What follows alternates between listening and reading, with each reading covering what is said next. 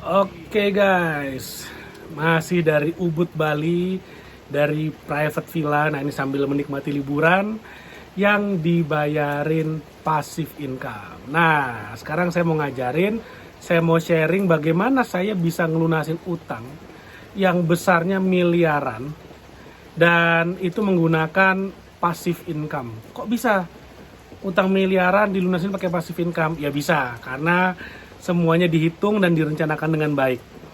Tapi gini, harus dipahami dulu ya. Yang pertama, ini prinsip, ini adalah hukum alamnya dulu. Harus dipahami dulu. Kalau yang basic ini nggak paham, mau saya ajarin jurus kungfu apapun, nggak akan ada gunanya, nggak akan bisa ngebantu kamu sama sekali. Makanya nonton sampai habis, karena apa yang saya akan ajarin di video ini akan sangat-sangat berguna, terutama kalau kamu lagi mau mencoba ngelunasin hutang dan syukur-syukur bisa ngelunasinya pakai passive income. Jadi gini, saya pernah punya utang besarnya miliaran, oke? Nah, waktu itu dari hutang miliaran itu cicilan per bulannya pokok plus bunga itu sekitar 20 juta per bulan. Itu cicilannya 20 juta. Oke.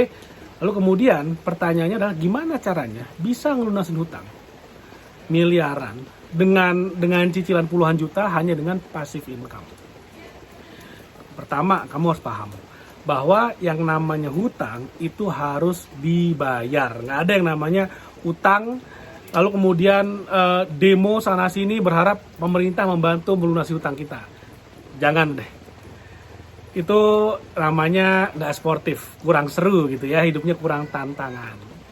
Yang kedua, passive income itu hanya bisa didapatkan lewat aset. Oke, jadi kalau kamu punya aset dan asetnya menghasilkan cash flow, nah itulah yang bisa melunasi hutang, atau menghasilkan capital gain itu juga bisa melunasi hutang. Nah, bedanya apa cash flow dengan capital gain buat kamu yang baru pertama kali nonton video ini atau lihat saya di YouTube channel? Saya akan jelasin sedikit aja. Capital gain itu beli murah jual mahal. Beli properti 1 miliar dijual 1,5 miliar. Oke, jadi didiemin, dijemur aja naik 500 juta. Itu namanya capital gain. Tapi capital gain itu hanya bisa direalisasi, hanya bisa dinyatakan uangnya, didapetin uangnya kalau propertinya dijual. Itu namanya capital gain. Hanya bisa didapatkan uangnya kalau asetnya dijual. Nah, kalau kita bicara cash flow itu artinya kita beli aset sekali, hasilnya bisa ngasilin uang berkali-kali. Contoh, saya beli properti, saya beli tanahnya saya jadiin tempat parkir, lalu kemudian dari usaha parkiran itu bisa menghasilkan uang setiap hari, setiap minggu, setiap bulan, dan setiap tahun. Seperti itu. Nah, makanya kalau misalnya kita prinsipnya adalah mau ngelunasin hutang pakai passive income, maka fokusnya adalah di aset. Kenapa aset? Karena asetlah yang menghasilkan passive income. Sekali lagi, saya ulang, ini sangat penting. Aset dan hanya aset yang menghasilkan passive income. Jadi kalau kamu mau lunasin hutang pakai passive income, kamu harus punya aset. Saya cerita sekarang.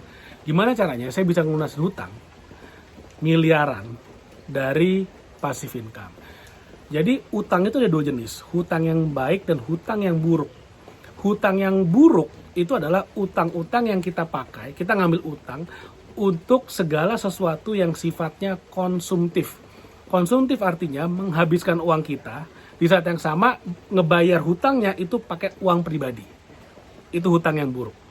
Utang yang konsumtif misalnya saya ngambil utang, saya pakai buat beli handphonenya saya pakai buat sosmedan, saya pakai buat nonton YouTube, saya pakai buat main TikTok, scroll konten sepanjang hari. Itu namanya hutang yang jelek karena hanya untuk mengkonsumsi, hutang yang konsumtif seperti itu. Nah, ada yang namanya utang yang baik loh. Kok bisa hutang itu baik? Bisa. Karena hutang yang baik itu adalah hutang yang kita ambil untuk membeli sesuatu yang sifatnya produktif.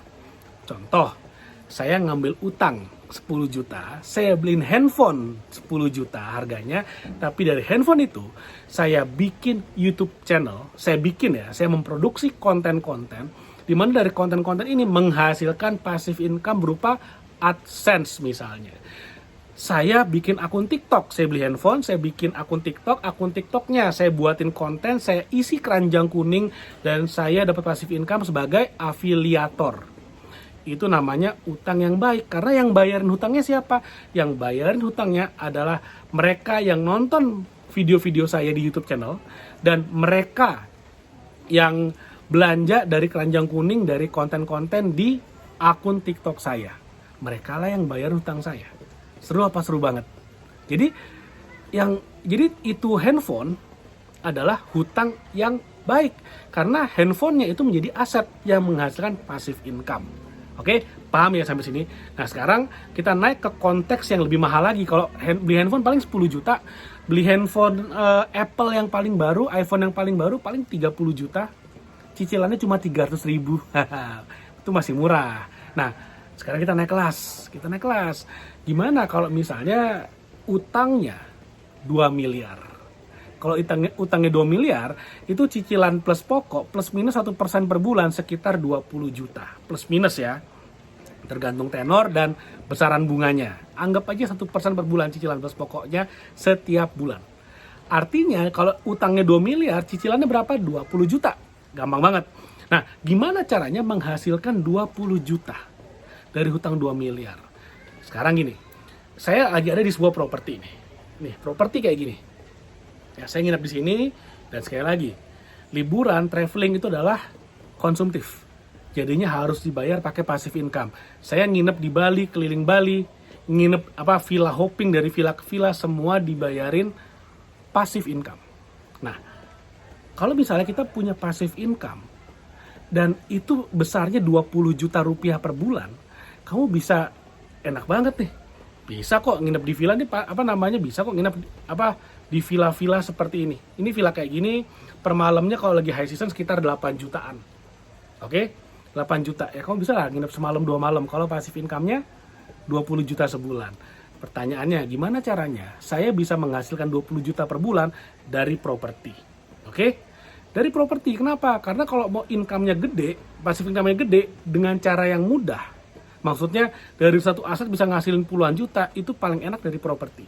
Dari YouTube channel bisa nggak? Bisa. Kalau misalnya YouTube channelnya ada banyak, saya punya puluhan YouTube channel dan semuanya minimal ada ratusan video.